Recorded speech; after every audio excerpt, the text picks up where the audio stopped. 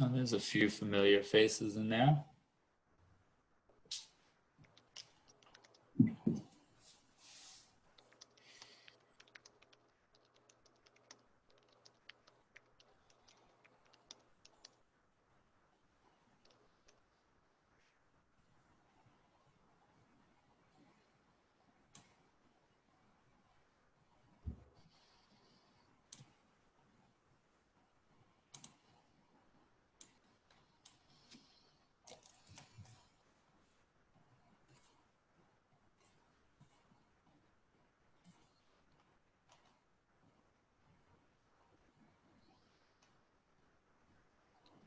I'm checking that for you now, Tim.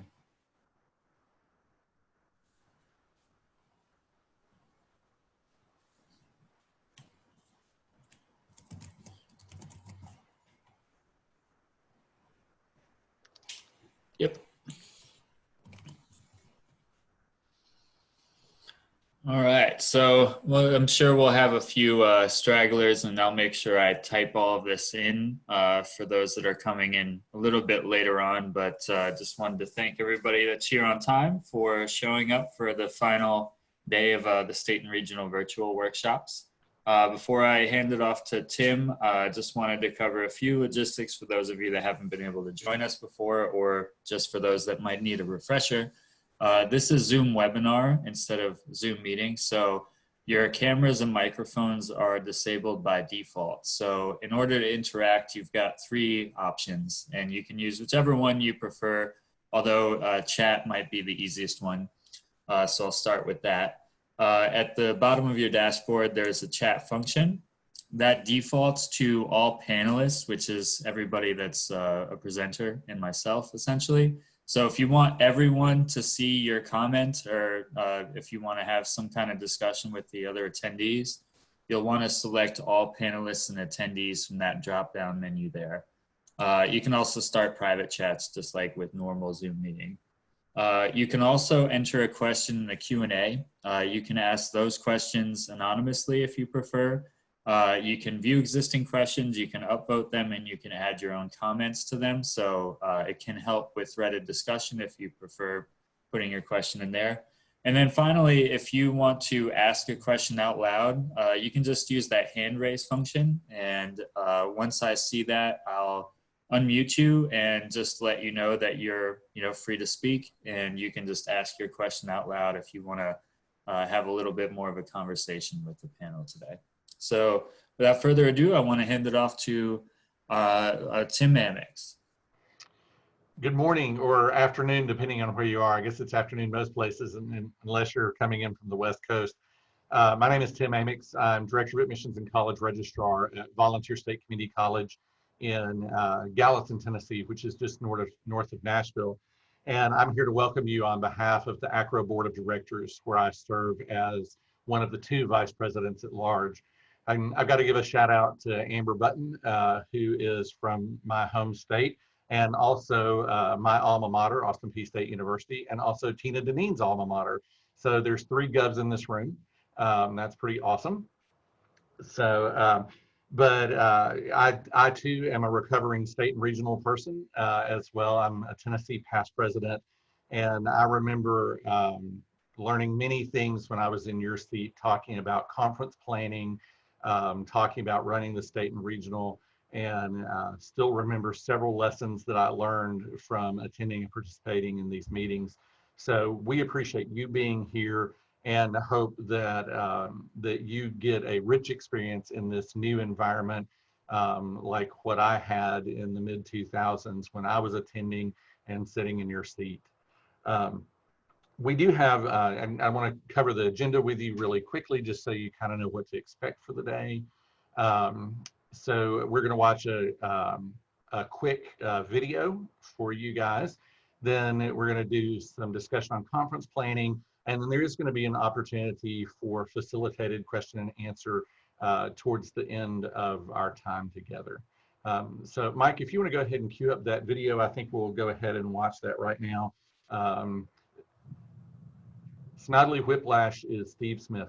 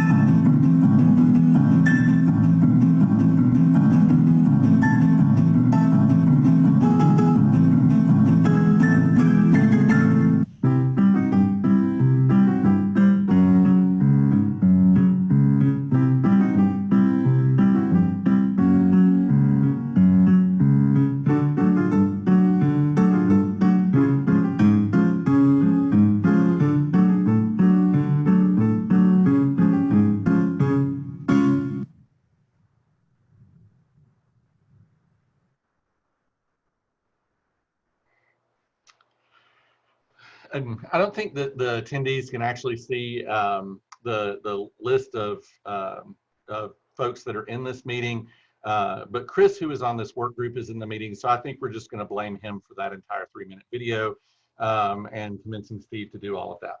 So, or if you know Steve, you know that Steve just did it, and it was probably all his idea.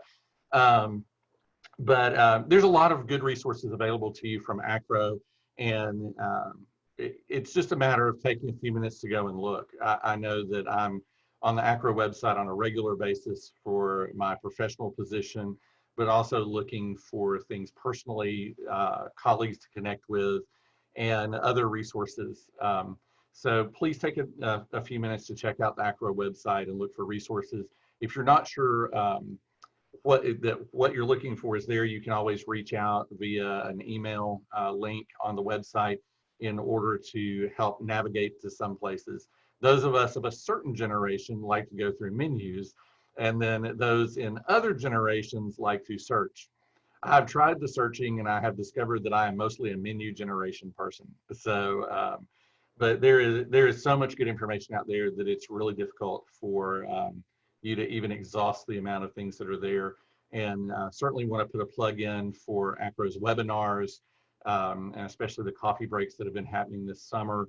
If you're not tuned into those, please take a chance to check them out. They're free to everybody, and have been extremely valuable for me during this extraordinary time in our nation's history and in our careers.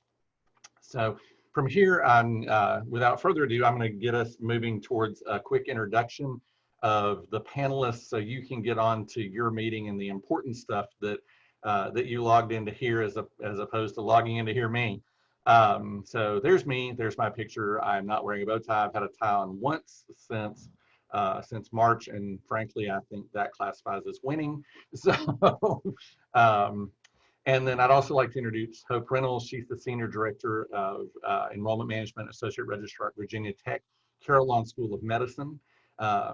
Dr. Tina Dineen, she and I have known each other for a long time. We share a hometown, and as I mentioned earlier, an alma mater.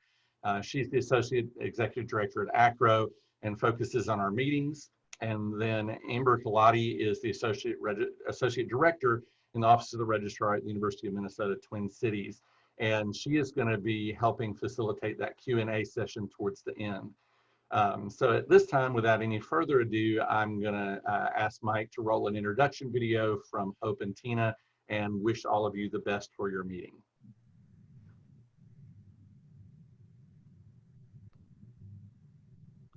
Hi, I'm Hope Reynolds. I am currently the Senior Director of Enrollment Management and Registrar at the Virginia Tech Carillon School of Medicine in Roanoke, Virginia. And I'm here to introduce myself and tell you a little bit about conference planning. Back in 2012, I was the president-elect for Vacro, which was the Virginia Association. And I planned our conference in Roanoke, Virginia. And we had about 200 to 225 attendees at that time. And so I served then, continued to serve Vacro as the president and past president the years after the conference. And then this past year in 2019 and 2020, I served as the local arrangements chair for the AACRAO Regional Conference in Alexandria, Virginia. And we finished the conference just in the nick of time prior to COVID. I thank my lucky stars every day. And at that conference, we had a little over 500 attendees. It was a huge conference. I thoroughly enjoyed planning it. I love planning events, and I had a great time planning it.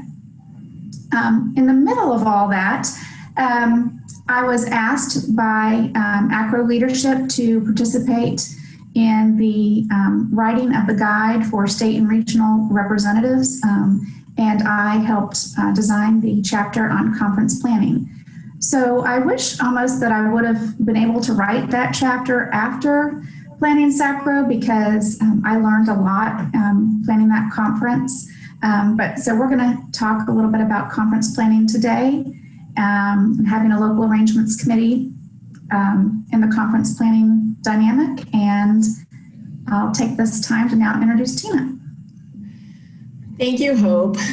Greetings, everyone. I am Tina Dineen, Associate Executive Director for Meetings and Partnerships at AACRAO. I have been with AACRAO for the past year and a half, but for the majority of my higher education career, I was a university registrar. As an AACRAO member, I held several volunteer roles, including Chair of Nominations and Elections, Group 5 Program Committee Coordinator, and Chair of the Black Caucus, to name a few. And so as Hope mentioned, today I'm joining in this workshop to offer my perspective on planning a virtual conference.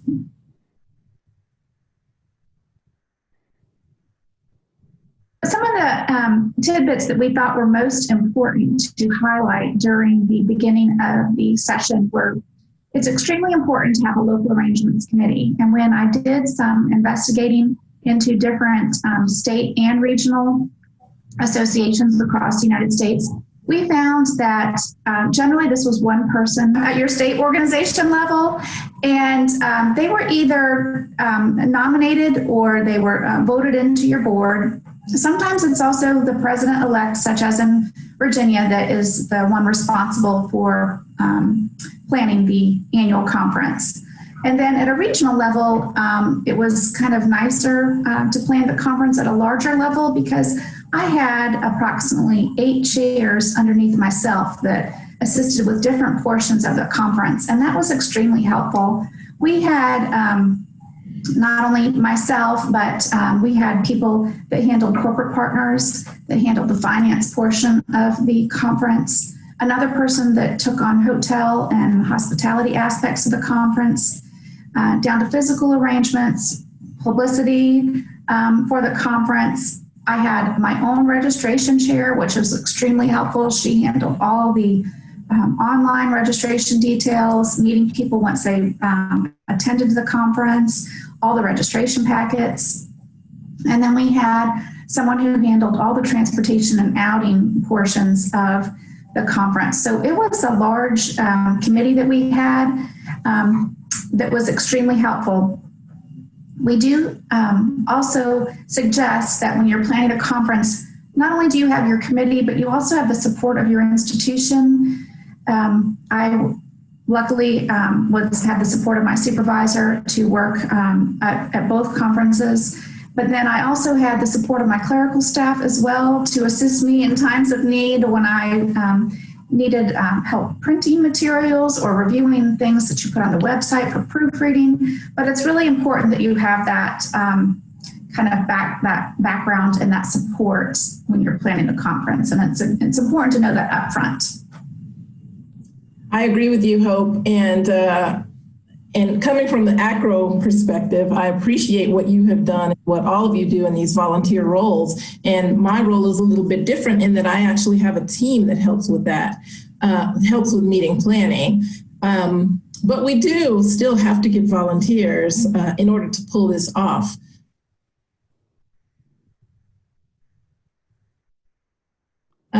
And if I can just start a little bit with planning a virtual meeting, one of the first things that you want to do if you're new to virtual conferences, as many of us are, is to identify a virtual meeting platform. And so you don't really have that issue necessarily in a face-to-face meeting, but with a virtual conference, you might want to identify a platform that can help you with your meeting. These platforms tend to be fairly inexpensive in vanilla form, but the more enhancements you require, of course, the more that costs. Don't make assumptions when you're looking or vetting virtual platforms. Ask the vendor questions. They want you to ask them questions. You want to understand the system as much as you can. If you were told something functions in a particular way, make sure that they demonstrate the functions for you and ask whether there's an additional cost for that function. For most of you listening to this workshop right now, that's something I don't really have to tell you because you've been in student information systems before. This is not new to you, but the environment is new. Just remember to implement all of the things that you would have done in your current position as well. And also remember that everything is negotiable.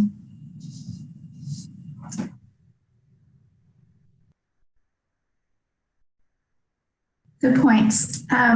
The other thing to take into consideration are your meeting registration systems. And when I was researching this kind of across the board about what people were using, several forms were being used. A lot of you have homegrown systems within your organizations that you use, and that was the case with SACRO. We were actually moving from a homegrown system to MemberClicks, and I'll touch base on that here in just a second.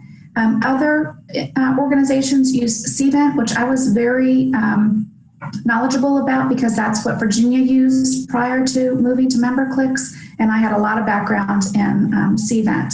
And then smaller states seem to use Eventbrite. I think it's more of a free platform for meeting registrations, but it's more generic. I have used Eventbrite before in planning meetings, but I would say that CVent, I really loved utilizing CVent when I worked with Vacro. And then MemberClicks was a huge learning curve for me because in the midst of planning SACRO, we not only were moving to MemberClicks, but we were updating our membership database, plus moving an entire regional meeting over to MemberClicks. So it was like the perfect storm, we like to call it in event planning, because we were asking our entire membership to update their portion of the database and then move our meeting over to MemberClicks.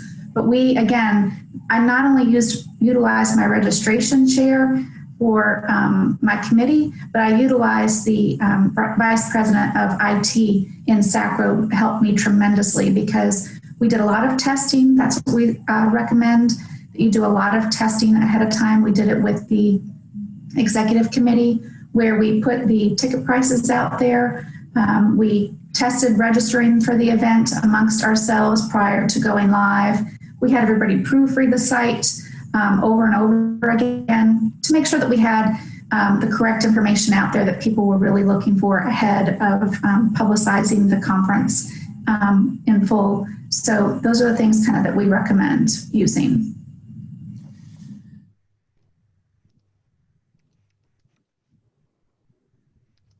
I think that's excellent, and especially your point about using Eventbrite and other services that don't necessarily cost or cost as much. And that kind of brings me to a point about budget. As with any event, establishing a budget is important. Typically, knowing what you have to spend and the amount of revenue that you plan to receive is determined before you plan an event. However, for many of us that will be planning virtual conferences for the first time, there's really no historical baseline to help you make these financial decisions. There are a couple of big unknowns, such as the cost of a platform or a registrations platform, and the way that your sponsorships will be impacted. The good news, though, is that at this point, there are others who have navigated these waters before you. So don't hesitate to reach out and ask questions. So like Hope was talking about Eventbrite, if you need to lower your overhead in any way, consider pre-recording your content and uploading it to YouTube. You can do that for free. And then you can link to those recordings from your conference website. Also, Zoom could be used for your live sessions and panels, and Slack is also a platform option that can be used for participants to chat in during live sessions. So there are always options if you don't have a big ticket amount to spend when you're trying to plan a conference, whether it's virtual or face-to-face.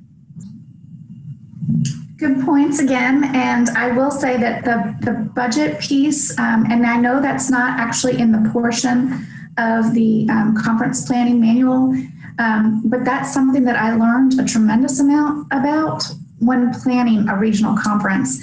I actually knew my budget fairly well when I was at a state level, and we had a lot of information that we passed down from year to year that we kind of knew what our price points were and the figures that we needed to stay within. But when you're dealing with a regional conference and one that moves to various hotels and working with a larger hotel contract like that, with food and beverage prices and different taxes that are associated and additional fees, it is extremely important, and I can't say this enough, to follow your budget. And my finance chair, we talked weekly. And because I had grand schemes of things that I wanted to do at my conference, at the regional conference, but then she wouldn't necessarily talk me off the ledge, but just put things in perspective. And really, we would flush out different price points for different things on a weekly basis to stay within your budget. But that is a lot to consider. It's important to have all the different little pieces of the conference kind of piecemealed out and how much things are going to cost.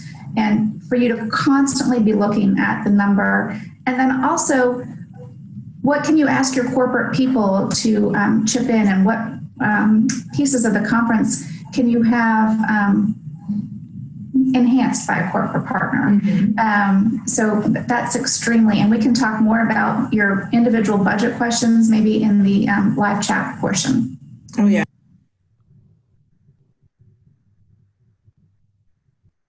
I think that's a good idea.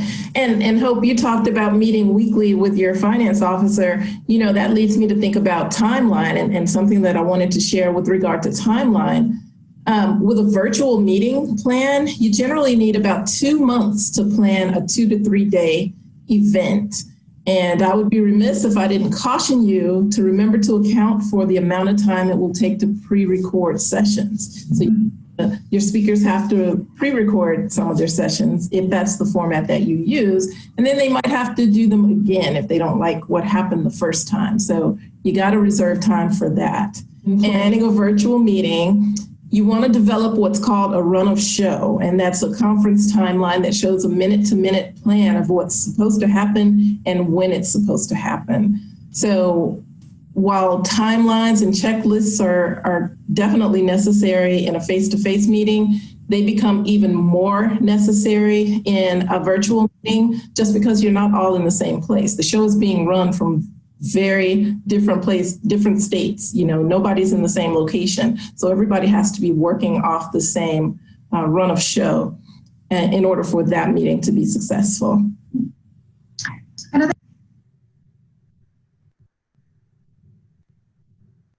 Key ingredient that you need are volunteers within your organization, and volunteers that show up either to a face-to-face meeting or a virtual meeting. And something that's important when planning a conference is to kind of ask for that engagement early on.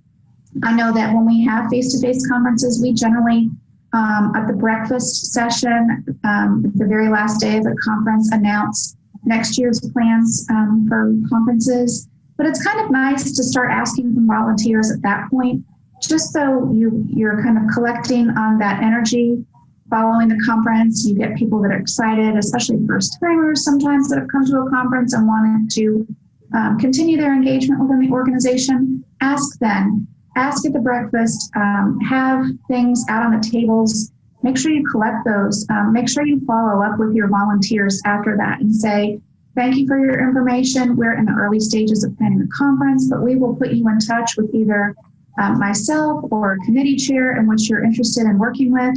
But we welcome your participation. And I think that's important to keep your volunteers engaged from early on. A lot of you all, after looking at the websites and whatnot through various state and regional organizations, ask for volunteers on their website, which is good. But make sure you're paying attention to where those forms feed into your organization. Make sure somebody's checking that and kind of having conversations with your volunteers early on.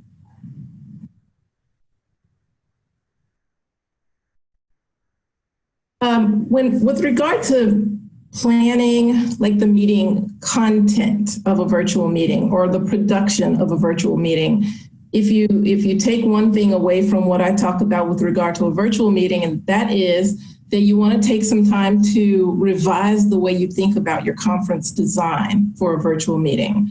When you're planning a virtual meeting, you want to avoid trying to force all the elements of a face-to-face meeting into a virtual environment. It just doesn't work that way. It doesn't work very well.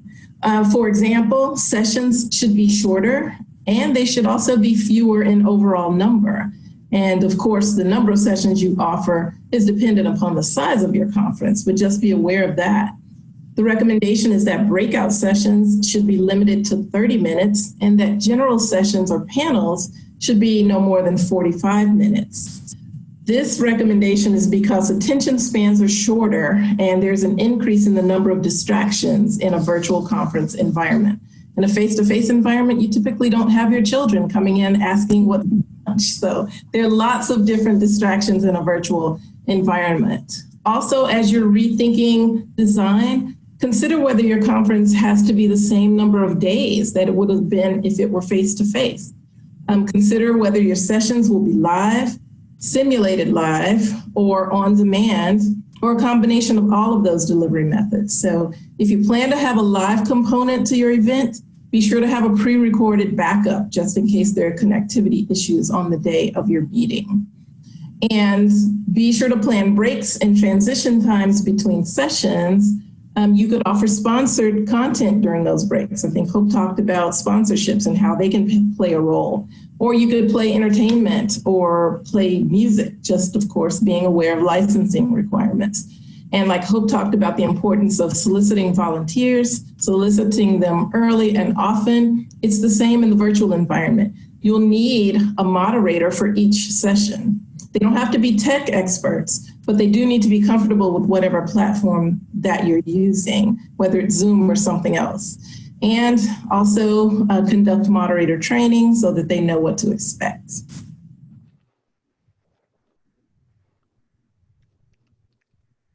The last points we wanted to talk about that's in the guide is actually your ADA accommodations, which may not be pertinent in a virtual platform or a virtual setting, but just make sure that you're really reviewing the hotel contract to make sure that these accommodations can be met. You want to make sure that rooms are ADA compliant, plus that there's available parking for people that might need assistance.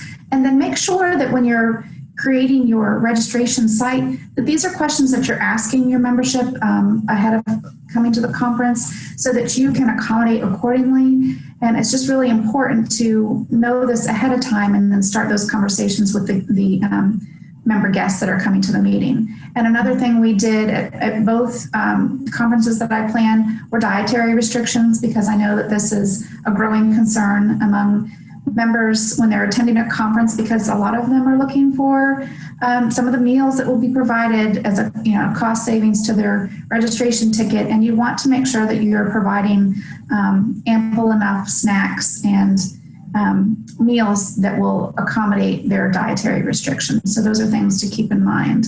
And I'll kind of close out my portion, let Tina wrap up, but just some things that we also thought about that we might want to discuss during the live chat were, and we've touched a little bit on this now, are lessons learned within the budget scenarios that we have probably both encountered, and what your corporate partners, what they can bring to a table when planning a conference, because they are very eager to be engaged with the membership and the conference participants. And they're really looking, I think, for kind of an individualistic way to just start creating relationships with members as they come to the conference. Another thing that we could talk about is potentially state sponsorships, as we are having budgetary concerns kind of across the board, especially now that COVID has hit. And once we do potentially move to more of a face-to-face meeting, but that is something that we can talk about, is pairing your state conference with the regional conference. And then I always love a theme. I am big into conference themes. I probably take my themes to an ad nauseum level, but it's something that I love, and my brain just goes on fire with a conference theme. But if anybody needs help in that arena, I'm more than happy to assist. And your meeting applications, not necessarily your registration platform, but what are you doing for a mobile device to put your agendas and your meeting and calendar invites on a mobile setting? So we could talk about those things. That's a great list, an exciting list to talk about. I want to return, though, just briefly to your ADA comments. And when planning a virtual meeting, just make sure that captioning is part of that.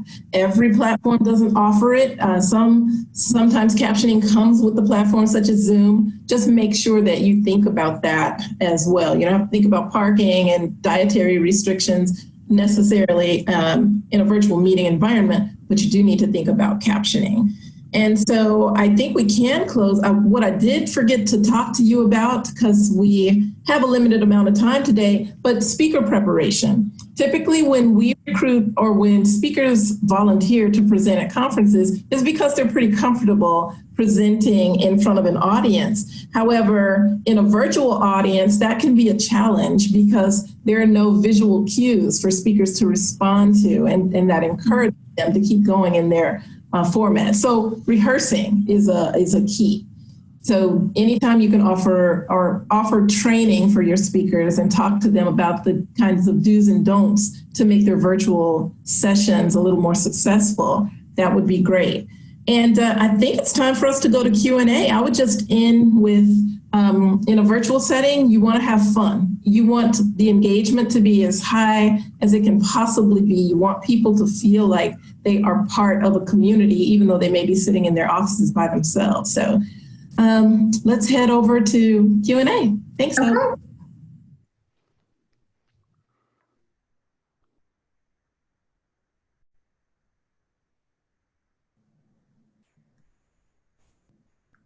Alrighty. Good day, everybody. Thank you all for attending.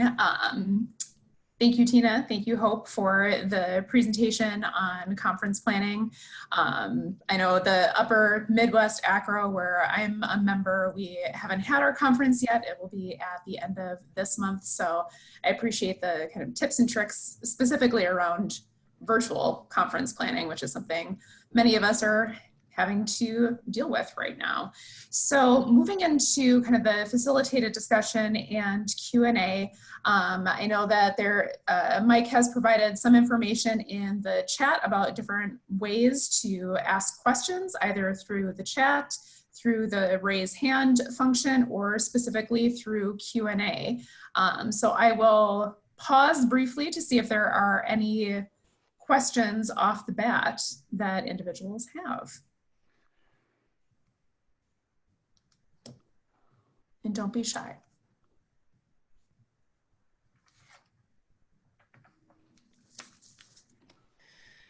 Amber, while we wait for questions, if you don't mind, I think we ended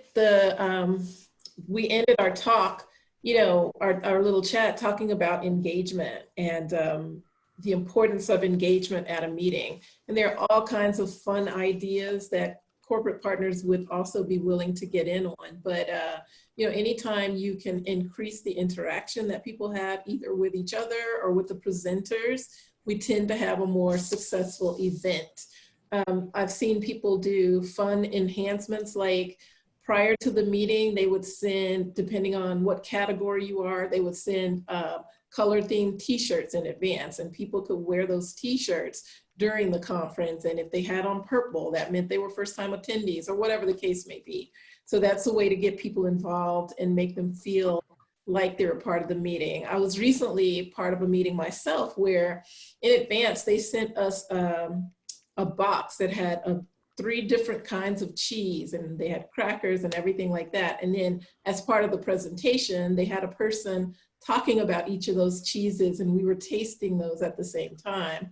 And we also got a couple of other deliveries ahead of time too. So anytime we can connect a delivery or connect an interaction, what we call an activation, to the actual meeting, that tends to increase engagement and satisfaction by attendees as well. And I'll say, when we were in a live setting, actually face-to-face meeting, the year prior to the AACRAO meeting, the corporate partner bingo had fallen off the radar. And so I brought that back in 2020. And I do know that that's something that corporate partners really appreciate, because it gets the attendees, the conference attendees, to move throughout the corporate partners to try to win at a game, and maybe approach a corporate partner and start to have a conversation, whereas they wouldn't necessarily if they were just traveling through the area to just gather a snack or something. So it's always a good idea to have some kind of engagement game when you're meeting face to face with your attendees and your corporate partners as well. And Angela, you're good to speak whenever. Thanks, Mike. Angela Snow from Carl Sandburg College, and I'm on the AACRAO Executive Board as the Communications Manager and past Chair. I just want to say I really appreciate the refreshing information, especially in the world of webinars right now, since there's so many conferences, because our AACRAO conference is at the end of the month, and it's our first time virtual conference. So a big shout out to Mark Dale, our president-elect. He planned the entire conference almost to be in person in ALSEP this year. And then this summer we had to make the decision to switch to online. So I'm sure it's been challenging for many associations throughout the nation with trying to plan online. But I appreciate the information about the 30 minutes and the 45 minutes and the speaker practicing and moderator training. Those are things I really haven't thought of. We have a lot of volunteers, but that's really refreshing information about engagement. So my question is, after all that, is do you recommend Zoom calls the most? Like, what platform do you ladies prefer to use, and what's the size capacity when you have maybe a large group that'll be in a meeting? So hope I'll answer that if you don't mind, and then you can jump in if you'd like to as well. AACRAO has our first virtual meeting, other than the webinars that we've been doing and coffee breaks. We have our first virtual conference at the end of this month, and that's the SIM meeting. Strategic Enrollment Management is going to be the 28th through the 30th. So let me plug that. If you haven't registered, you'll want to do that. But we use a platform, or we purchased a platform called Cadmium CD. And within that platform, you know, presenters can upload their presentations. They can also do audio or video recording to go with those presentations. But to answer your question directly about Zoom, Zoom has become a very good resource, because even within the platform that we're using for SIM, many people, especially if there are multiple presenters and there needs to be interaction with the presentations, they're using Zoom to pre-record. So they will establish a Zoom meeting, they will pre-record that meeting and upload that to their platform. But if you're talking about just using Zoom for your meeting, that can be done too. I'm pretty sure the capacity is about 300. Now, that's a meeting that's way too large to have any kind of effective interaction if you want any kind of, you know, brainstorming or working together. So what I would suggest doing, and what we will be doing some of, is doing break rooms. So you can have one Zoom meeting set up for a particular session, but then you can send people off to breakout rooms where they can talk about individual subjects, and then maybe they will assign a person to come back and present to the larger group what that discussion was, so you don't have 200 people trying to talk at the same time. Zoom needs to be pretty effective with that. Yeah, kind of an opening and closing speaker and things would be good to have the whole group of breakout sessions for the smaller. That's a really good suggestion. I didn't quite catch, you said something CB. What's the name of that you guys are using for SIM? I didn't catch all that. Cadmium, and I'll put it in the chat too. Yeah, would you? That's perfect. Yeah. Okay. I appreciate the information. Thank you. You're very welcome.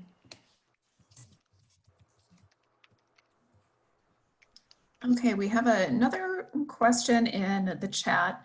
What types of outreach do you recommend to increase attendance at your conference or webinars, virtually and in person? You want me to take that one, Hope? Sure, you can start, and then I'll just kind of follow up, because they're probably more interested in how you're going to reach out to the virtual platform.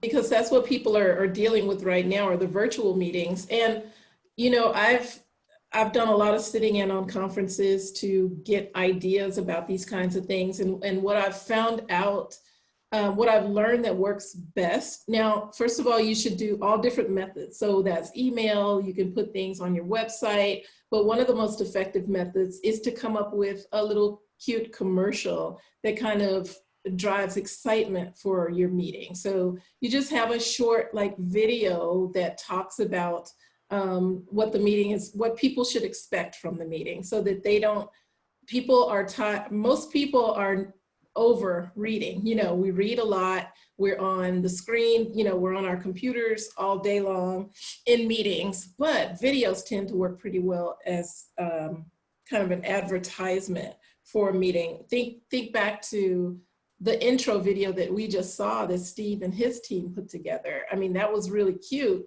We were engaged the entire time, at least I was laughing the entire time watching that. And then I was very interested in what was gonna come after that. So anytime you can do something that's a video or something that's interactive, that tends to make people want to see, you know, what's going to happen at that conference. If you put that much thought into creating this fun video, then surely the conference is going to be fun too.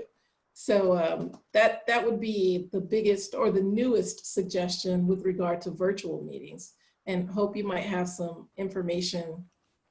Sure. So yeah, we did electronic newsletters. AACRAO has a lovely electronic newsletter that we started to advertise for the conference immediately after the 2019 conference. So we took that approach. And then I also had emails that were sent out through MemberClicks, which was lovely. And I used a lot of beautiful pictures of Alexandria to kind of heighten the excitement about the location when you're back to actually attending a face-to-face conference. So that was helpful. And my committee was a little bit old school. We did a nice holiday postcard to our entire membership, and my publicity and publications chair did a lovely AACRAO postcard where she took, my theme was a presidential theme, so she actually took old presidential Christmas cards and did several of them across the postcard with the AACRAO logo over top of it, and we sent that out. And it was a little tricky, but we worked on it early enough so that we could send it out bulk rate through the post office to our membership, but we did get some good feedback from that. And then the final thing that I did was when we kicked off our registration for the meeting, I had door prizes set aside for that we raffled off for the first 50 people that registered for the conference to kind of create some excitement early on. They were just like gift cards, little coffee cups, Starbucks rewards, things like that I think, I hope that helped increase registration a little bit. I think kind of going along the same theme, one question that I had when I was going through this particular chapter in the guide, thinking about how we're kind of publicizing the conferences and reaching out to membership, if there are any state and regional organizations that are leveraging social media in any way, if they have a Facebook or an Instagram account or LinkedIn or Twitter, if there are any ways that individuals are kind of leveraging those options for creating engagement and broader publicizing conference information. We did use Facebook. I was going to say we did use Facebook to talk about the conference, and I tried my best to use Instagram while at the conference, but I'm not a big Instagrammer. So we did use social media to an extent. And I actually follow a lot of the state and regional accounts on Instagram too. So I know they're out there, and I know that personally a lot of information that I get about what's happening with the state and regional associations, I get from Facebook or Instagram. So I know they're using them, and I also know that they're effective because I've paid attention to them as well. Now it looks like in the chat as well that AACRAO is using MemberClicks, Facebook, and LinkedIn specific for their organization. Another question, in addition to engagement, do you feel polls during the meeting help with engagement?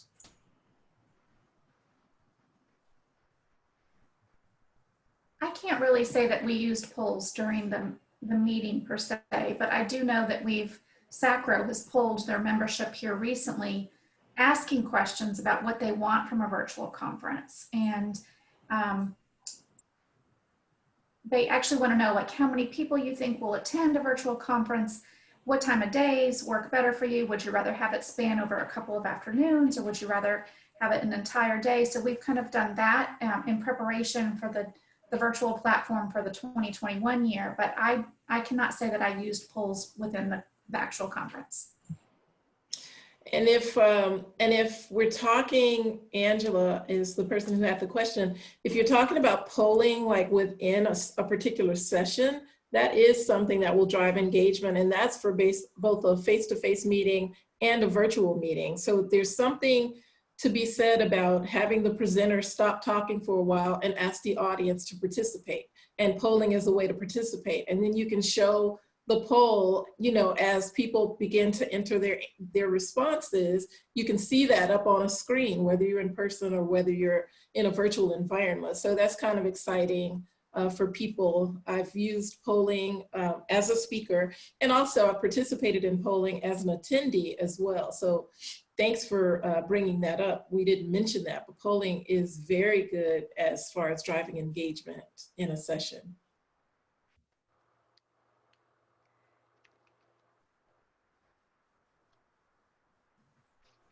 And there's also a mention in the chat that Kahoot is a great free tool for doing some of that polling.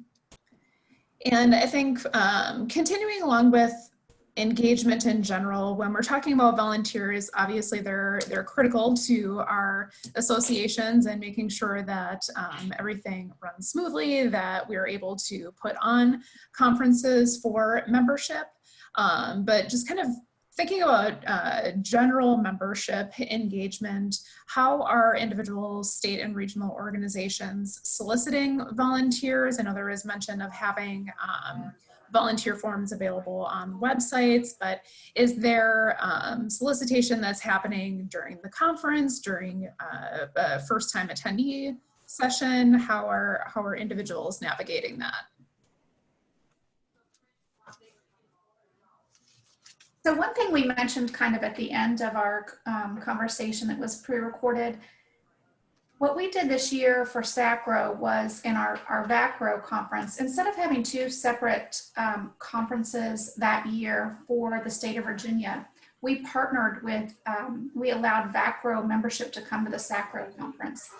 And as a caveat of that, we started to communicate that to the Vacro membership kind of a year in advance as well.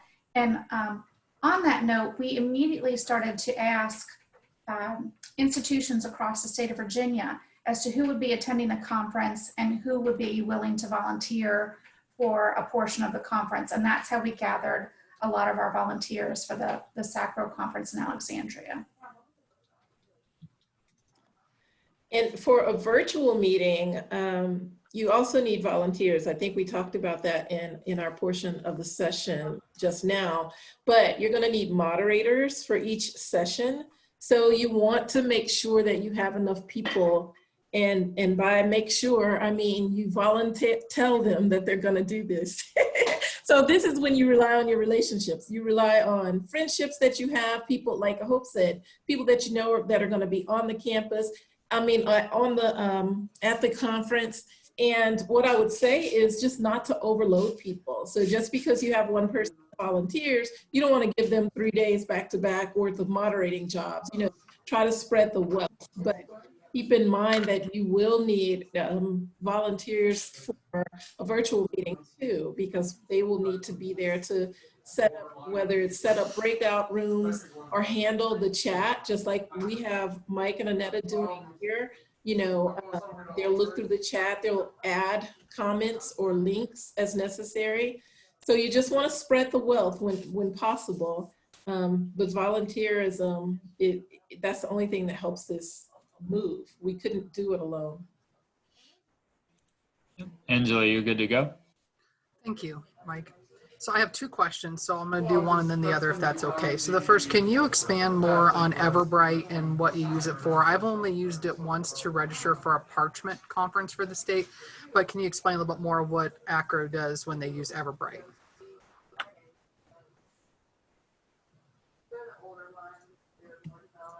Are you talking about Eventbrite or Eventbrite? Oh, I thought you said Eventbrite. Is Eventbrite different? Eventbrite is just another meeting registration tool that I've used in the past. but it's very generic and very vanilla. And I've seen smaller state organizations have used Eventbrite for their state conferences. Okay, thank you. Maybe I have it in my head wrong too, but okay, all right. I don't know if AACRAO uses Eventbrite. Okay. My other question was about YouTube. So you guys had mentioned about pre-recording and putting it on YouTube and uploading it to the platform. So how does one ensure that nothing corrupts the videos before it's uploaded or when it's uploaded on YouTube because of hackers out there, right? So if I'm thinking about it correctly, you can save it and make it protected so that it doesn't have access to it. And then once you upload it, and we're not really talking about uploading it to a platform, but uploading it to your website so that people have access to it there. I'm not sure about what the protections would be once you upload it to your website. There may be a little bit of exposure at that point. And so if that's the case, you'll want to wait until the last possible minute. It's like you don't want to release a Zoom link that's going to be public until you're closer to the event, because too many people would be able to intercept that or to misuse that. So I know that you can make it private on YouTube until you're ready to use it.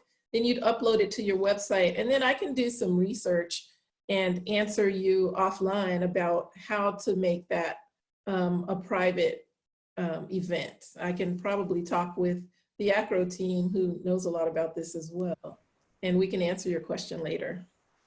Yeah, that would be great. Thanks, Tina. But that's extremely helpful. Even about the Zoom link, I didn't realize you should wait till later or closer to time to send the link out there. I never thought about that being out there where others could maybe interfere or get in with it when maybe they're not a member of that organization, and about the YouTube, about waiting till closer time. So that's really great advice. Thank you. Yeah, if it's a public Zoom link, then you will want to wait. If you're individually inviting people, then you don't have as much exposure. So you wouldn't have that same problem. Great. Thank you so much.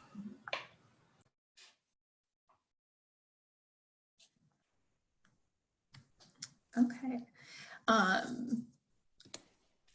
With volunteers for the organization, are there any state and regionals that offer incentives for those who volunteer for either committee positions or committee chair positions? I know that for the Upper Midwest AACRAO, we offer an incentive, if you will, for our local arrangements chairs to have free hotel stay during the conference. But thinking in both kind of what has traditionally been done for in-person events, and then thinking more into a virtual space, what incentives have people offered to also kind of boost volunteers and get individuals more active in the organization?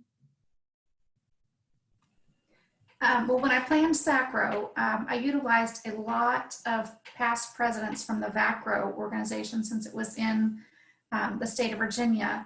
But I did have a bulk number of rooms that were included in the hotel contract that I could utilize at the end of the conference, once I know that I had made the quota for the number of rooms that needed to be booked for the overall conference. And so that's what I did. I had both free room nights and reduced rate nights that I gave out to my local arrangements committee as a thank you to helping, for a year-long process of helping plan the conference.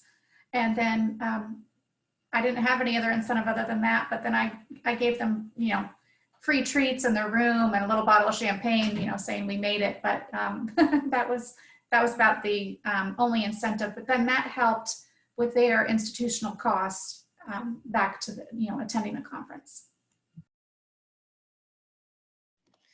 And again, we're new to the virtual world, so this will be our first virtual meeting at the end of this month. Our volunteers are mostly internal volunteers for the SIM meeting. When we have our annual meeting, that meeting was already planned to be a hybrid event. So there would be a virtual component to that as well. We do have local arrangements committee for National Harbor, which is where the annual meeting has been scheduled to be held. And like Hope said, you know, we will give them their registration fee for free, and you know, just give them different little gifts, whether it's t-shirts, whether it's something sent to their room, you know, AACRAO branded kinds of things. So they work hard and they do a lot of work, but we do try in every way that we can to show our appreciation. And even for speakers, we also give, we've also given speakers gifts, just small tokens of our appreciation. We write personal cards to speakers after events. So they're all kinds of ways to thank people, and even without spending money. You don't have to spend money, you know, to thank people. I think people will be appreciative that you just show that you appreciated their participation.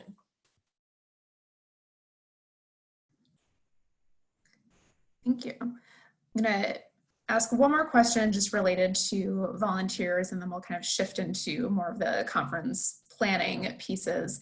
But I had asked this question either on the first or second day of the workshops, and I can't recall which one it was, but kind of thinking again with volunteers and some of the membership, you know, oftentimes it's reaching out to those we know or have existing connections with, but that can also kind of limit the scope, especially if it's a larger regional organization of, you know, it's the same institutions that are participating or volunteering in those committee roles.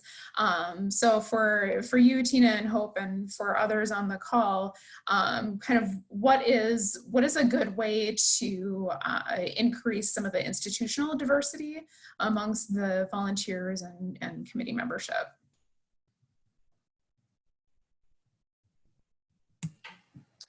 Well, it was nice with SACRAO because I felt that we had the, you know, the local arrangements committee and chairs that were planning all the festivities. But then on the other track, we had SACRAO, who had the vice presidents of SACRAO who were reaching out to volunteers for presentations. So I felt like that kind of diversified volunteers in different arenas of the conference. So I felt that it's really important when you're planning a regional conference to have volunteers within that state, I guess, that you knew you could really depend on. You knew we're going to attend the conference, and you knew that it had kind of a lay of the land of the vicinity in which the conference was being held. So I don't think that that's not necessarily a bad thing to have, not as a diversified group that's planning the local arrangements portion of the conference, because you needed them to be able to get to the hotel. You need them to be able to know exactly how kind of your conference attendees are going to come in and out of the area in which the conference is being held. But I would say that that's how how SACRAO kind of diversifies all the volunteers that come together for the entire conference. That's a great question too, because you know, institutional diversity is always a challenge because some schools are, of course, by design smaller, which means staffs are going to be smaller and people don't have a lot of time to give, you know, to volunteer for association needs. And so you sometimes end up with the larger institutions that have more volunteers or more presence in these meetings. So that's one thing that I'm looking forward to in the virtual environment. As we go virtual with more and more of our meetings and our conferences, we're going to be able to increase the number of people and the different kinds of people who can participate in these meetings, just because they don't have to leave their offices. You know, they don't have to leave, pay for travel, pay for hotel, pay for food to go to a meeting. You know, they can be in their office location, whether that's at home or on their actual campus. So I'm hoping that the virtual environment will allow more participation from other people. And I think I used to be in a couple of state and regional organizations myself as a volunteer, and also have been a longtime AACRAO volunteer. And what happens is sometimes we rely on those that we know. So what ends up happening is that it looks like we have this clique of people who have access to what's happening. We have to do a better job of making sure we're reaching outside of our inner circle and pull more people in so that they feel comfortable volunteering. But I think that's the beauty of going virtual, is we're going to be able to use more people in a lot more ways. And I will say that I'm hoping that the virtual platform allows for kind of a younger generation to come in and start volunteering, because I do feel that we do get kind of pigeonholed into using the same people over and over again, because we're used to doing, I mean, I hate to say it, we're used to doing it. But we're kind of seeing that even in our state organization and Vacro, that it's kind of hard to bring up younger leadership within the organization. So maybe the virtual platform will be kind of a saving grace to get a younger generation kind of engaged and wanting to participate. And then I will say, as another caveat, we did during the first time attendees reception, where we welcomed all the first time attendees at the regional conference at SACRO. We made a point that the executive committee of SACRO was at that reception as well, so that they did a meet and greet with all the people to kind of showcase how you can become more involved within the organization and kind of spark some energy within first time attendees who have never been to a conference before. And I love that you brought up the younger attendees, because that's something that we should all be working on as well. I mean, we have to give that generation of people a voice, because now, I mean, imagine having all of us seasoned people, implementing a virtual meeting, when it's the younger people and the younger generation that has a lot of really good ideas that we could be using as well. So I know AACRAO has done some work to reach out to, the group or a group of younger people. And some of the feedback that we get, just like with other people, is that they feel like sometimes they don't have a voice, or sometimes it's not designed, we are not designed for their voice. So we're making a lot of changes in that direction. And we have a lot of very active younger voices now as well. So that's a great point. This is Michelle. I'm from Wisconsin AACRAO, and when Amber asked the question, the first thing that came to me is some comments that others have made in the previous workshops about so many of us on this call, I think, have this tendency of just like putting ourselves out there, and at a conference, just like, hey, I'm so-and-so, who are you? And I wanna know where you're from and what you do and how many times you've been to the conference, or things like that. And just introducing yourself to people. And I find that I try to do that with folks who are first-time attendees, or are maybe sitting by themselves and don't have anybody to talk to and look kind of uncomfortable, or somebody who had a couple of really good questions at a previous session, find a reason to reach out to them and say, that was a really great thing that you mentioned, and here's what we did, or whatever. And then introduce yourself, and then try to get those folks involved if they haven't been, because I do think it's important to get new people involved, just as we've been saying. So it's really informal, but and then those folks, if they're interested in doing something more, you can see if they'd be interested and able to sit on one of the committees, and then try to balance out the membership between 2-year and 4-year, and public and private, and things like that. And just the pieces just fall together then, and then you can have more equitable representation on the committees as well. Just a thought. Excellent feedback, Michelle. And also, I think of another group, and that's introverts. There are people who are introverted. They don't want to come to a conference, and and if they do come to a conference, they don't really feel comfortable interacting with people or walking up to people and saying hi. In a virtual format, well, first of all, we have to do better in a face-to-face conference as well, providing for those people. But also, I think we can build that group of people in a virtual conference as well, because they can be anonymous if they choose to be. So they can turn their camera off if they want to. They can communicate in the chat and not have to ask a question verbally if they don't want to. So I think there are lots of groups we can resolve. Even people with disabilities. You know, they may not want to travel somewhere, but now they can take part in and offer their perspective as well to conferences. So I think as much as we don't love our pandemic situation right now, I think there are a lot of really good lessons that are coming from it, and a lot of really good alternate ways of doing business that are we're gonna be able to involve a lot more people.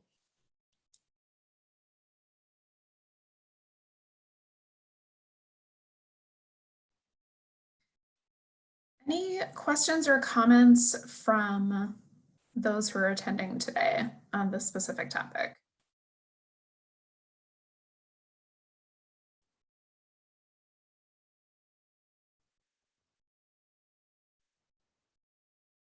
Okay. We will shift a little bit then to conference planning. And I know, Michelle, you had a question to kick us off, so go ahead. Yeah, I'm very curious on what the attendees and the panelists here are doing for their annual conferences this year. As far as I know, I'm past president now, and Wisconsin AACRAO, we're going to be having a much smaller conference than usual, but I don't have the details on what exactly that's going to look like, and I don't know what we're charging, and I don't have a lot of information at this point in time. We have another meeting tomorrow that I think I'm going to learn more about it. But I'm very curious what others have come up with and how they've approached their annual meeting, if they've had it, just across the board, how you got to where you landed and how it went, and just any information you'd be willing to share would be much appreciated.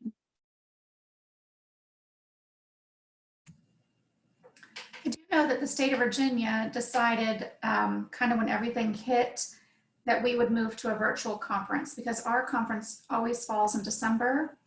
However, we had already signed on with a hotel kind of in the middle of the state.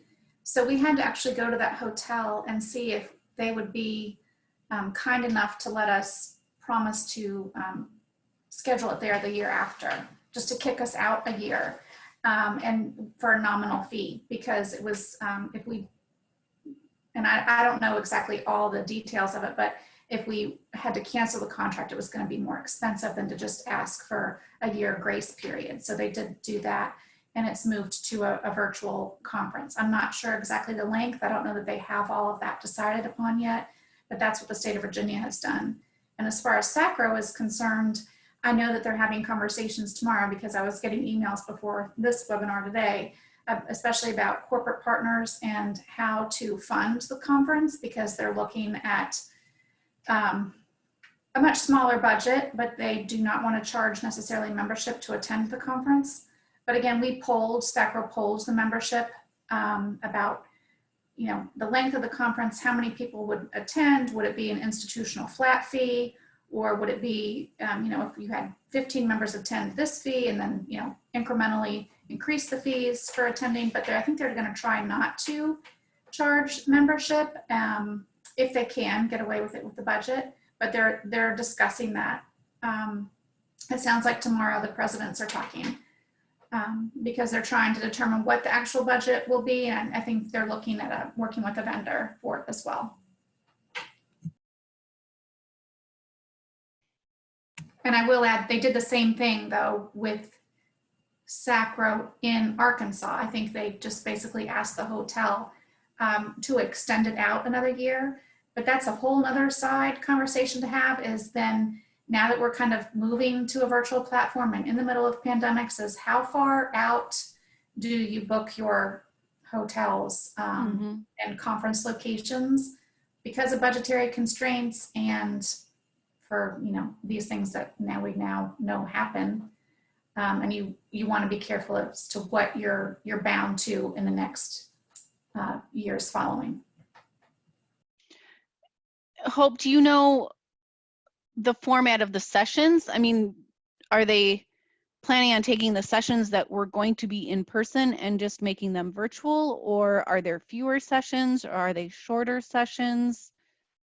Do you know? It sounds like maybe fewer sessions and shorter, but I haven't heard all the details. But I'm happy to pass on once I do know. Thank you. And I'll say for UMACRO, the Upper Midwest ACRO, we are doing virtual last week of October, and it will be free to all membership. So there are, membership dues that institutions have already paid, but the conference registration itself is free. And that's one thing that is allowing, I know in my specific office, we're now able to open up the conference to more individuals in the office, which I'm excited about. The kind of overall layout of the sessions, there will be primarily roundtable sessions that are going to happen. We traditionally have roundtables, usually on the last day of the conference, that focuses on like larger institutions, smaller institutions, if it's a private versus a public institution. So those are happening kind of throughout the day in different time slots. There will be a specific roundtable dedicated to COVID and kind of how we've all been managing our work around that. Opening and closing speakers, still planning to have those done, as well as the business meeting will still continue to happen over, and I think Zoom is the platform that is going to be used primarily for that, but it will still be over 3 days, not 3 full days of Zoom meetings, but individuals will be able to kind of pick and choose the different sessions that they are wanting to attend.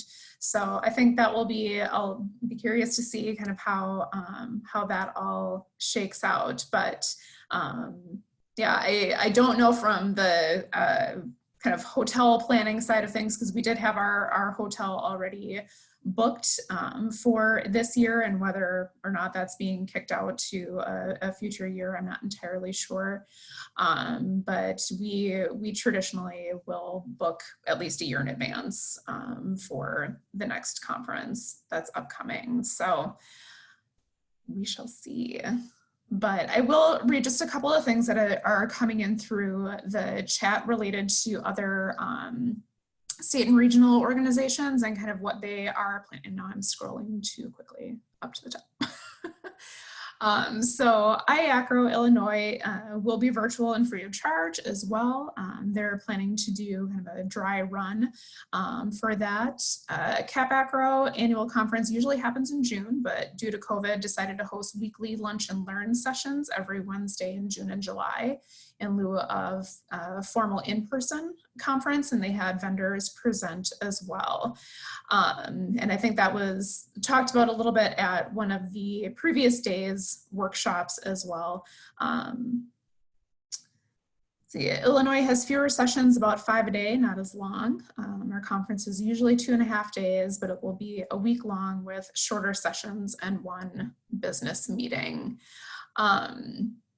So kind of along these lines, when we're thinking about sponsorships and vendors and kind of how they're being incorporated into a virtual planning, I'm curious to know, from my own curiosity, what individuals, state and regionals, are doing to, if they are engaging vendors and having them involved in their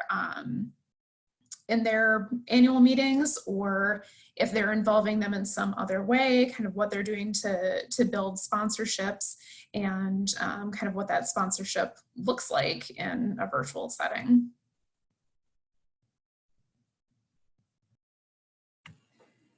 So this question was just actually posed to me this week, and I'm not sure how to answer it just yet. I put back to the actual president of SACRO, because I wasn't sure. I haven't seen the platform that they're really using, or what it's going to look like, or is there a screen, the time where you can do banners of corporate partners across the bottom, or have individual sessions with them. Like I've heard that you can actually have a virtual exhibit hall, kind of similar to what what we are accustomed to at a face-to-face meeting. So I'm not sure what AACRAO is going to do just yet, but I did put out that maybe it should be because they generally pay $1,000 a year as part of their membership fees, but that also includes a table at a face-to-face meeting. So it sounded like that they may consider reducing membership fees for corporate partners, create a COVID rate potentially to see if, just to keep their engagement within the organization. But we're actually brainstorming after this webinar. I'm gonna just talk to the president quickly about some ideas, because for 2020, I did just a completely different, instead of having levels of corporate partnerships, I did an individual ask to every corporate partner that we invited to the conference about if I felt that they wanted to just do a baseline, table meet and greet at the conference, or if they wanted to host a certain portion of the conference. I took a very individual ask to all the corporate partners and increased our revenue tremendously this past year, because I felt that corporate partners really want to see where their money, especially we heard feedback, because I'll go back a couple steps. We met all the corporate partners at the conference prior to ours. In 2019, we went around and did a meet and greet ourselves. We then polled the corporate partners after that conference to see what they liked about the conference and what they did not like about the conference. So we started a year-long conversation with the corporate partners. And then I took a different approach and worked with my chair very closely, and we piecemealed the conference out. We did, registration materials. We did the dessert at our big event. We put the logo on the dessert. So I just try to think of different things, because they all want to be seen differently and individually and highlighted on an individual level, as opposed to just being a gold sponsor, a silver sponsor, a platinum sponsor. So I think if you maybe work with corporate partners that way, to what portion of the conference do they really want to participate in and get a feel for that, it just kind of maybe enhances the relationship and the revenue. Yeah, what you're saying, Hope, is exactly what we're doing, like what we want to do, and we're changing kind of the way we think about corporate partnerships. And that includes meeting with our corporate partners to find out what their business goals are, because we want to make their exposure individual to what their needs are, as well as having the ability to match them with what our members say that their needs are. So instead of trying to put them in a room with 300 people, maybe we can put them in a room with 25 people who are actually interested in their product or service. So that's what you're saying resonates really well with me, because corporates are thinking about their return on investment. We have some partners who've been in the business a long time, so they're not really concerned about brand awareness or getting their names out there. They want to talk to potential customers. They want to make connections with potential customers, and they've had long relationships with some of these customers as well. So I think your approach is a great one. And they're being asked kind of by their financial officers at their corporation, where's the money going? They don't, you just gave AACRAO $5,000. Well, what did it buy? So they're getting kind of put in the middle of the ask. They're from the actual organization versus what they're being asked at their home financial officer. So that's why we took a more very individualistic approach this past year. Mm-hmm. Then I just want to read one of the comments that came through in the chat, that we talked to vendors to find out how they want to engage our members, then created a new pricing structure for vendors with a la carte options, and discussing adjusting membership dues for institutions this fiscal year as well, since some schools are freezing their budgets. Kind of thinking along the lines of that comment with the a la carte options, I know UMACRO and the last few years have looked at the different kind of sponsorship levels for vendors and what that would mean for what they would get, whether it would be a guaranteed time slot for being able to do a vendor presentation, or sponsoring an event on the first night of the conference, things like that, and wondering if other organizations do something similar for their vendors.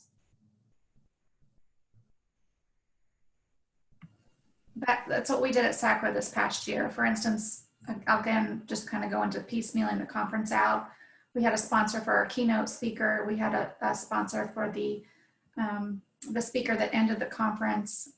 And then as they gave more money to the conference, that included also their own session for the vendor track. So we did piecemeal it out that specifically. And we do some of that as well. You know, they could, sponsors could sponsor a particular piece of the program, you know, a keynote speaker, a reception or something like that. In the virtual world, not a reception so much, but we may get to the point where they do like pre-conference deliveries that integrate people into the conference. But one thing, like you talked about a la carte options, one thing that we are trying to revamp is having only a transactional relationship with our sponsors. We no longer want it to be, if you give us X amount of money, we're going to give you this, because what we're trying to sell is the value over time of our partnership and not just making a sale. So I kind of think about it in like buying a car. You could buy the tires and you could buy the steering wheel and you could buy the seats all separately, and it may add up to less than they're charging you for the car, but you can't do anything with those individual pieces. So we're trying to put together packages that meet our sponsors' overall needs, their business goals, and we then try to show them how they're getting the return on their investment, you know, how this entire package is going to help them across the term of our partnership, and not just if you come to this meeting, we'll do X. And we were working on this revised partnership concept prior to COVID, but then COVID kind of made us move a little quicker on that, because what happened when we canceled our annual meeting? We had to pay back money to corporates, or they moved their sponsorship to a future meeting. So, but, you know, we would have, if we'd had to pay everybody back, and depending on how much that was, that could have been extremely detrimental to the association. So we're very fortunate in that we've had some long-term and very loyal partners and sponsors, and we love them for that. But they have a business to run as well. So we're just trying to figure out how to make it more of a partnership and not just a transaction that we have with our sponsors. That's a great way to think about it, for sure. With the kind of the need to do virtual conferences this year, and kind of thinking into the future with, you know, once things are quote unquote back to normal, of what it looks like for future conferences if individuals think that their state and regional organizations will continue to offer some virtual format for their meetings, if it will become more of a hybrid model, or if individuals will go back to just in-person conferences, or if those conversations haven't happened yet. We're not a state and regional, we're the national association, but we will definitely be having hybrid options going forward. So we will not lose the virtual component just because it's going to increase access. And again, this is something we were going to do anyway, and the pandemic just kind of expedited that for us. But yeah, I don't think we can go back to just having face-to-face. I want us to have face-to-face because that's just something you can't recreate totally in a virtual environment. but we could have a really rich virtual component as well that more people will be able to participate in. And not, you know, whether there's a money issue or a safety issue, you know, they wouldn't have to worry about going to a face-to-face meeting all the time, but we could still have that audience. And I don't know about conversations. I don't think that all those conversations have been had yet. I think they're just trying to get through this year and know that things have to move to, you know, virtual setting.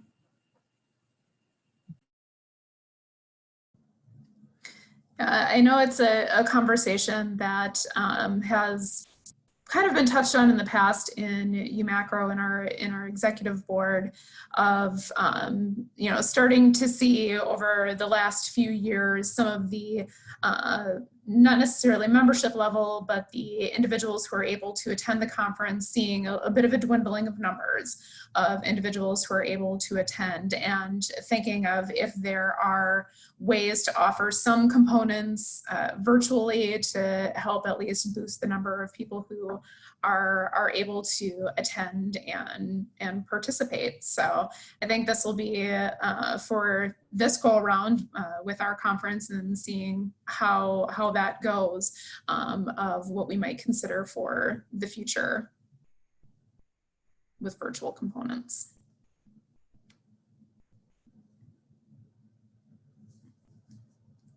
Michelle, you look like you were going to say something, but maybe you're just deep in thought. No, I do have a question. I don't know if it makes sense though. That's what I was debating. So this is, I'm thinking of Tina when I am wondering about this question, but it's true for everybody, I'm sure. Do you use tools other than email to communicate with folks and try to plan these virtual events? Because I know that in planning for these workshops, there were a ton of emails, you know, and that's what you need to do to get the things created. But are there other tools that you use to help manage the communications leading up to the virtual events? Do you see what I'm asking? I think so. We do have a communications team, and they do an excellent job of getting the word out in various formats. Sometimes that's email, sometimes it's a newsletter, sometimes it's social media, and you know, whether that's Twitter, LinkedIn, Instagram, Facebook. Facebook, not so much because the audience is different on Facebook, but we get a lot of traction and readership clicks, I believe they call it, when we go through LinkedIn or through Instagram, and sometimes even Twitter. So there are different ways. We are always looking for new ways because people respond differently to different communication formats. And so as we try to reach different groups, you know, we have to be creative in the ways that we do that. And everybody doesn't have time to read emails all the time. So that's why when you do get emails from our teams, we try to be short, you know, and to the point so that you're not reading a bunch of text. And then if you want additional information about it, there's a link included so that you can click on that link and go read more if you're interested, but we're not filling the actual email with that content just because a whole lot of words turn people off when they're busy with everything else. So yeah, email is still primary, but we do try to use other formats too, Michelle.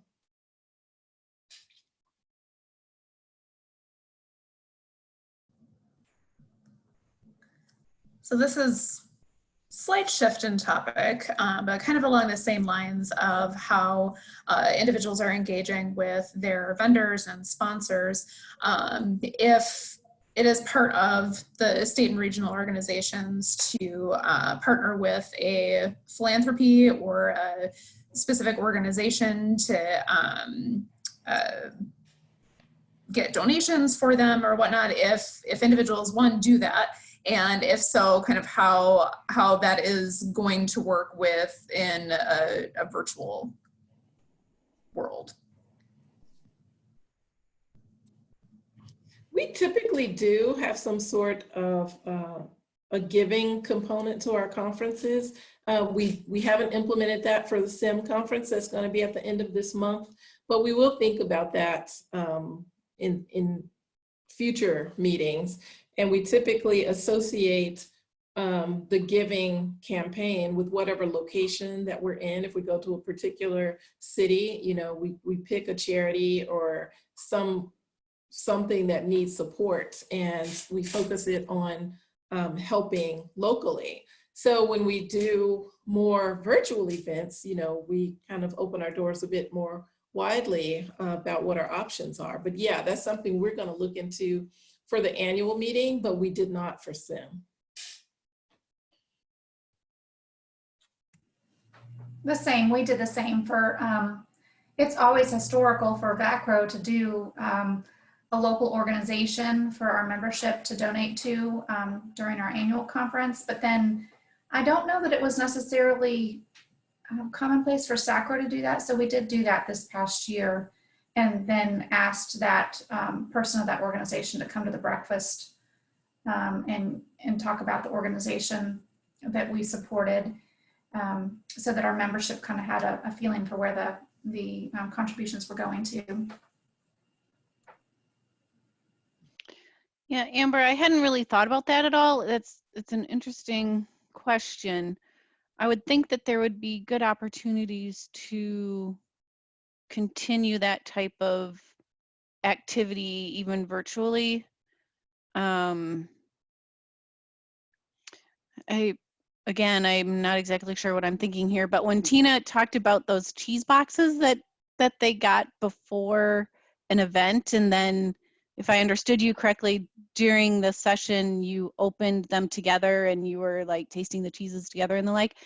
That was so interesting. That's something that I would never, ever have dreamt of for the virtual world. And I would think that that same type of creativity and turning it into a fundraising mode for a organization or something could be really equally as interesting. So keep that in mind for future. Yeah, I know that there was one conference I was involved in, and they did a silent auction. So they had like a page where you could go, and they told a backstory about whatever the item was that you could bid on. And then, you know, it was just fun. So you could read about it, or they had a little video history of that item. And then you could also, they had a leaderboard type situation where you could see who was leading, or if your bid was leading. So it was kind of fun to just go back and forth to look at. So you can be creative and do some things that enhance the engagement. And just from face to face, I know that, but you could turn this into a virtual kind of challenge among your membership. We used to always have within Vacro admissions officers against registrars, even like for penny drives or coin drives, and just whoever gets like the rights to the being the successor of that year, you know, whichever party comes forth with the most money. But you could, you know, how you can fundraise on Facebook, but if you picked something to give donations towards, you could do it that way as well. Good idea.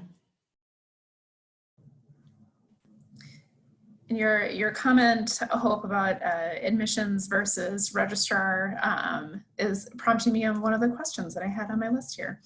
And specifically a challenge that we have seen with UMACRO is it's heavily dominated by registrar folks, and not as many admissions folks attend, partly due to the timing of when conferences happen that coincide with national admissions conferences, but wondering what other state and regional organizations do to either, if it's, you know, heavily dominated one way or the other, registrar or admissions, kind of what is being done to build engagement in one arena or the other to have more of a level playing field.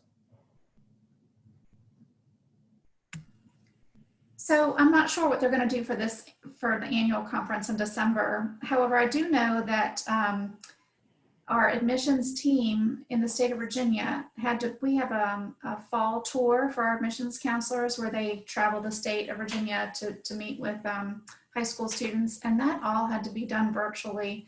And I don't even know how they attacked that, honestly, but they got great feedback from the admissions counselors. So I know that kind of brought in some of that younger membership into that portion of the organization early on in the year. But I'm not sure what they're going to do for the annual conference. But I do know that I heard somebody say that they did the lunch and learns as well. But I do know that they moved our professional equity group to do a webinar that was in a 3-part series. And I think that got great feedback too, because I also actually listened to one of those last week. But I think that brought in different players within the state organization as well to kind of all be listening to the same information in a 3-part series.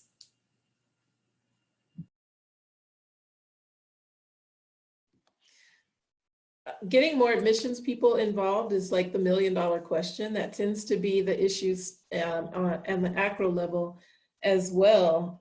Is heavily registrar office dominated. So probably for all the reasons that you guys have already stated.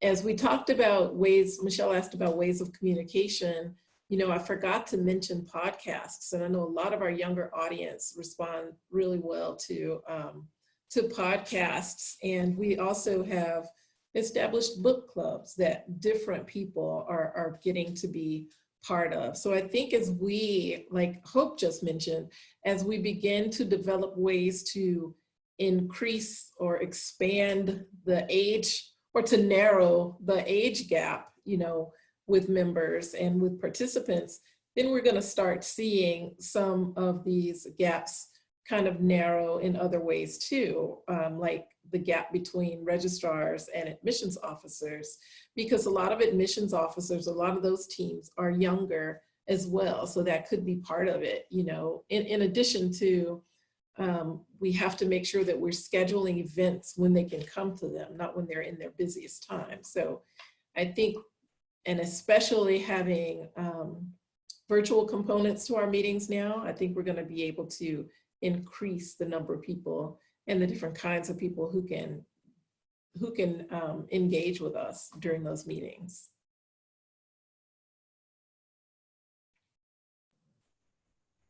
Have others moved the timing of their conferences in the past to help with that? I know it's been a conversation, not one that's really gained much traction in UMACRO, but one of, should we continue to hold a conference in the October, November timeframe? Does it make sense to do something over the summer?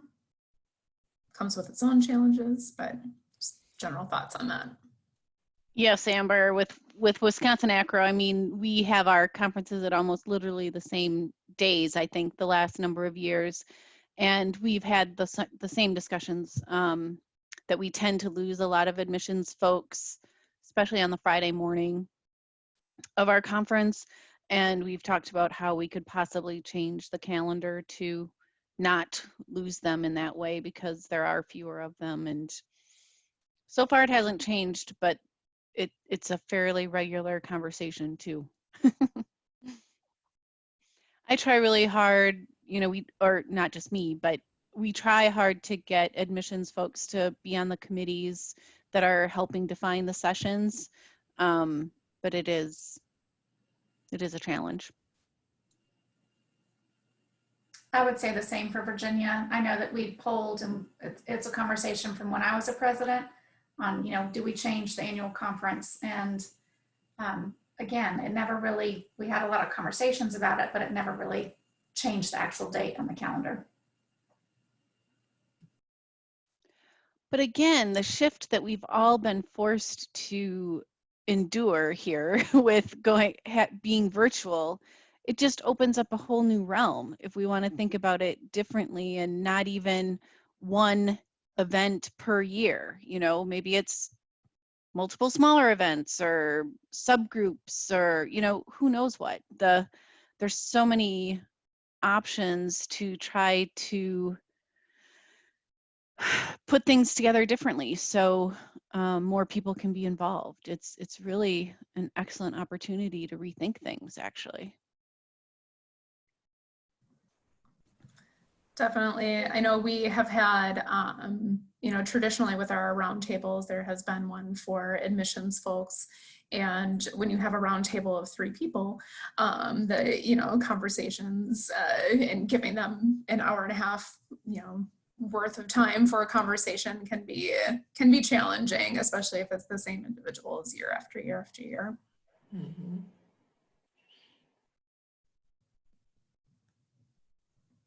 Looks like Angela has her hand raised. Hi, Michelle. Last year at AACRAO, for the first time in Springfield, we had a round table for admissions officers separately from the registrars. The admissions one was in attendance, but the registrar one was more heavily attended. But we're working hard at AACRAO to, just like you folks were speaking about, getting more admission folks involved as they go hand in hand from start to finish. And before the pandemic started, I know Katie from NIU works with IACAC, I think it's called. She is trying to work harder on the executive board with us to try to get more admissions officers involved, and trying to, when we offer sessions for IACRAO in the future, not necessarily for the one, because I don't have the whole agenda in front of me, but trying to get more admission presentations or a joint admission and registrar presentation, maybe from a 2-year school, or 4-year, or 2-year, 4-year. And we're just really trying harder to get more admission folks involved. And like you said, Michelle, this is a opportunity to, I like the idea of having other smaller meetings, especially when attention span is hard and engagement, and continue to get more folks involved, as it's hard to get volunteers, and all those positions are important, and we're all here for the students.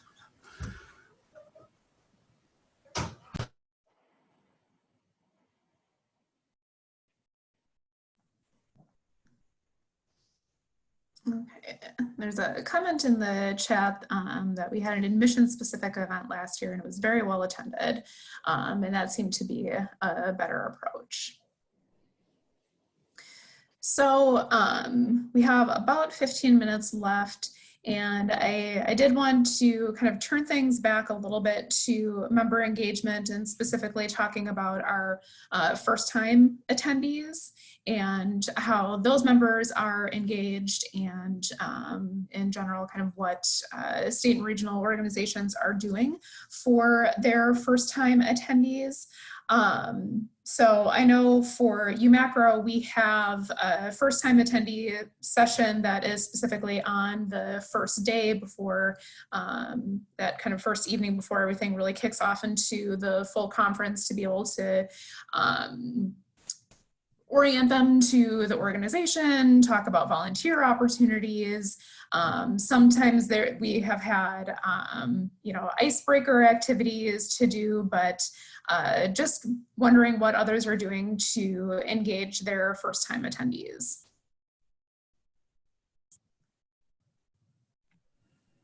Same thing at Vacro, kind of a first-time attendee reception.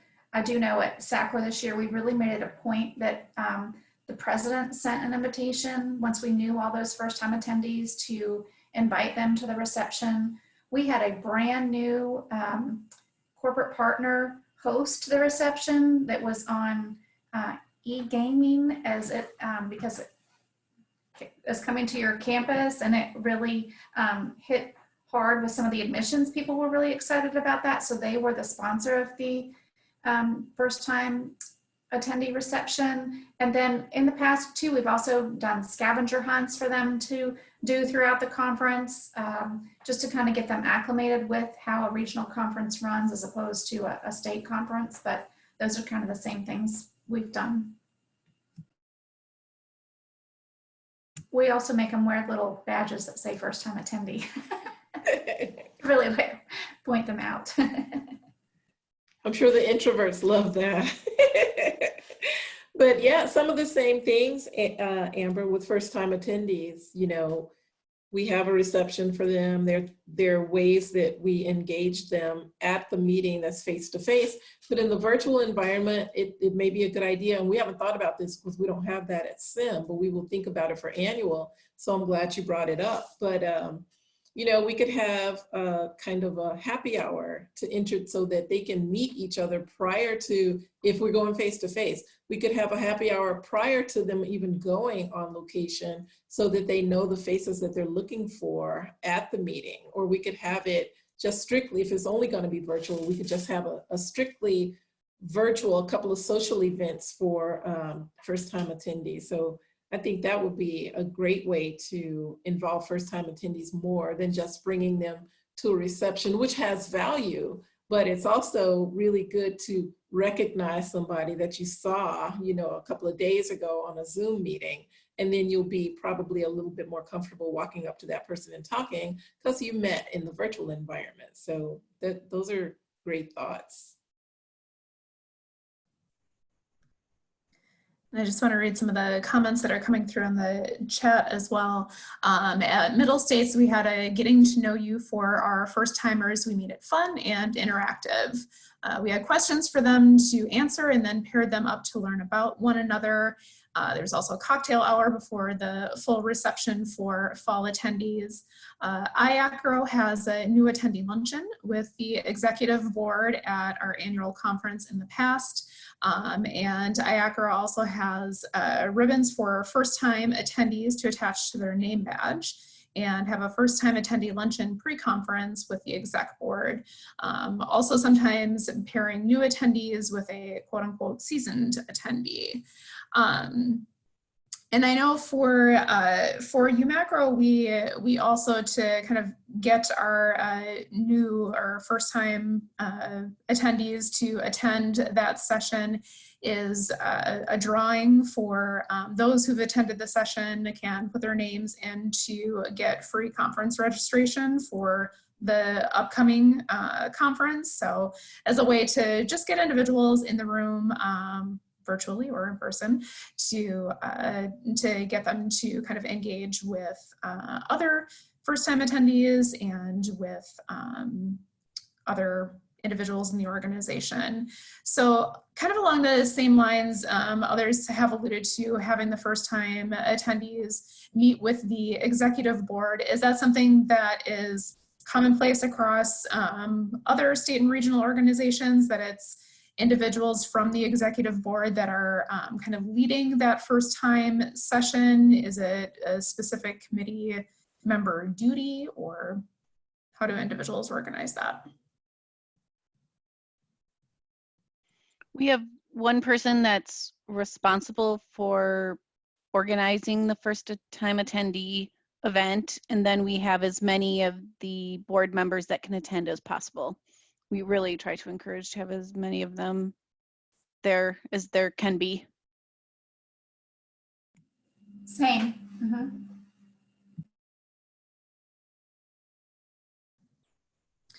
And for the first time attendee sessions, is there kind of a standard format of here, you know, all of the different things that we're going through, of like, here's the organization, here's our website. I'm speaking of what UMACRO does, the organization, the website, the different committees and ways to get involved. You know, there have been a couple of other things mentioned, but just curious to know in general what people are doing.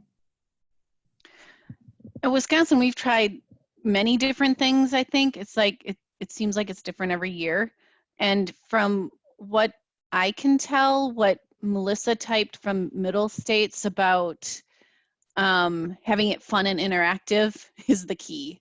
I mean, you want to make the people feel welcome and like it's a good place to be. You know, we've tried the bit where you stand up and you say a lot about the organization and things like that, and it just doesn't seem like it's very interesting or exciting for them. I don't know if I'm being cynical or not, but I think it's better to be fun and interactive and make it informal, and put the learning piece later in the conference. Just make them feel comfortable is my goal. I agree with that, Michelle, because a lot of people, especially if they're new, they're going to be intimidated by the process. And so you want to make it fun. So one idea that we've done in the past, you know, we always, if it's a smaller group, we ask people to introduce themselves. But instead of asking them to introduce themselves, we gave everybody 5 minutes to get to know a person, and then they introduce that person. Because it's easier to talk to one person and then that one person can introduce you and than it is for you to introduce yourself when you're uncomfortable in front of a group. And if you have a larger group, you could have different tables if you're face-to-face, or if you're virtual, you could do breakout rooms, and maybe everybody born in March could sit at one table and everybody born in September could sit at one table. Just find a commonality to group them, because you don't want them sitting with their friends. Let's say 2 or 3 people come from one campus and they are all first timers, but they know each other. But you have one person that comes from a campus and they truly are alone. They're going to be a bit intimidated by people who are, you know, chatty with each other because they already know each other. So you have to find a way to separate them so that everybody's comfortable. Unless everybody in your school is born in March, then that kind of defeats the purpose, but you should be more selective in your hiring process.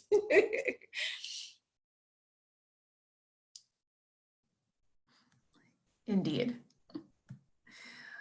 Alrighty. Just touching on the kind of pairing up individuals with a new attendee and a seasoned attendee. I know we had touched on mentorship a little bit in one of the previous workshop sessions, but Tina, Hope, from your perspectives, has there been a kind of intentional move towards having mentorship in your organization? And if so, how have you kind of facilitated that?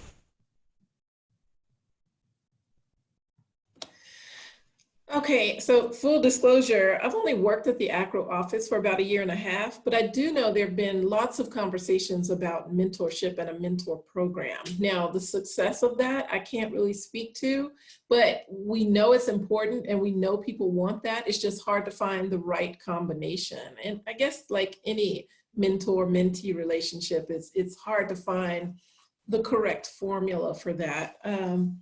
But yeah, I think it's extremely important, but I don't know. I can't really speak to the success of that at the AACRAO level, or at the national level, I should say. And I don't know that that's really being facilitated at either Vacro or SACRO per se. I think it's hard because, just personally speaking, as a registrar, I don't really feel that I need mentorship. And then I feel like some of us have been in the registrar role for so long that we don't really have any newcomers coming in the registrar role. I think it would be more on the admissions side, just personal experience, but I don't know that that's being truly tackled at Vacro or SACRO. And Hope, I agree as far as age goes, but if you're talking about position level, you know, you could have an entry-level person in the registrar's office, regardless of their age, who may want to be paired with somebody who's been in the business a longer time, so that they can learn how best to move forward or move into different positions as well. So we don't really have to pair people, you know, with people who just walked in the door, with people who have been, and pair them with people who've been in the organization or in the association a long time, or in the profession a long time. It could be people who want to make a switch, who want to make a transition, as we try to prepare people also for taking on these higher roles when people begin to retire. So there's so many ways we could think about mentorship. I don't know that I have the formula, but it's definitely important. So I'm actually glad you brought that up, because it's something we will definitely continue to work on and try to find what works. It's a tricky formula for sure. Especially, I know just in my experience and in my my institution office, that, you know, having mentors for new employees coming in, of if there really isn't a kind of intention and structure around it, then it can kind of fizzle away. So it's always a good thing, but finding the best way to facilitate it can be tricky. Alrighty, so I am going to kick it over to Michelle to kind of close us out for today. And thank you all for attending. Thank you, Amber. You did a great job facilitating that conversation. Thank you so much. And thank you everybody for being here. This is the last of the 3 workshops. I think we saw quite a few names that were in more than one of the workshops for sure. And thank you all for your input and your ideas. I hope that others agree that there were a lot of great ideas shared. And I know that I was taking down notes and hoping that in a few months' time they'll still make sense as they did when I jotted them down. But thank you again, everybody, for your participation. And these will be made available on the AACRAO website. They were all recorded. And that was actually one of the benefits, big benefits, in addition to having more people be able to attend them, that they would also be available for future reference for folks. So whether you sat through them and you want to hear a bit again, or if there are others at your institution that might be interested in seeing and hearing the information, they are available. And I think that's it. I want to thank Anetta and Mike at the AACRAO office for all of the work they did on these. And with that, I think we can close it out. Thank you so much, everybody. Thank you. Bye. Bye, thank you.